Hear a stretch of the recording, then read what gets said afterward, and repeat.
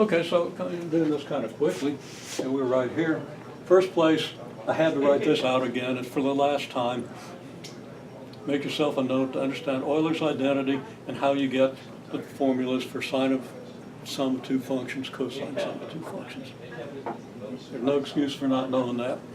And you should also know how to do the Taylor series, Taylor expansion for the exponential, the sine and the cosine, and verify that this is so.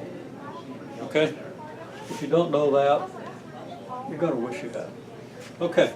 Anyhow, we get cosine of alpha plus beta. And watch me write it down wrong, but it's cosine of alpha cosine beta minus sine alpha sine beta. Okay? So then we rewrite our solution, which I'll put up here just briefly. That y equals y particular, that's a particular solution, is 1 over omega naught squared minus omega 1 squared, cosine of alpha minus beta times t, right? Applying the function.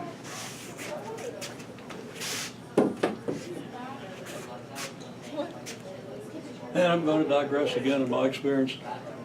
I had a trigonometry course in high school that made all this totally obvious the first time I looked at it.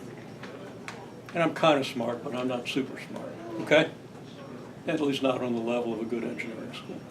A little smarter than the average, okay? And totally blown away by the really smart people, okay? So you're going to be in there with those people, and you're going to be competing against maybe people who had their education in other countries where they actually learned this stuff. You need to do it. Okay, that aside, we have this, and this is going to match up with this almost perfect, okay? Except I've got a cosine where I should have a sine, and I kind of don't like that. So you might have to modify this just a little. Okay, we get this. Beta approaches 0 as omega 1 approaches omega naught, right? As your driving frequency approaches the natural frequency. So that the sine of beta t is going to approach 0 for any t. Since beta approaches 0, this happens. And then you get this. Okay? Now, for some reason, talking about not having a mastery of trigonometry,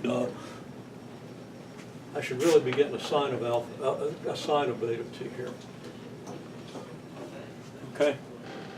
And if it's a sine of beta t, then it starts at 0. Well, yeah. And never mind that detail, because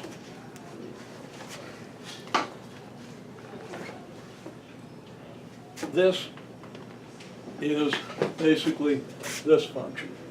So this is your cosine of beta t. And here's your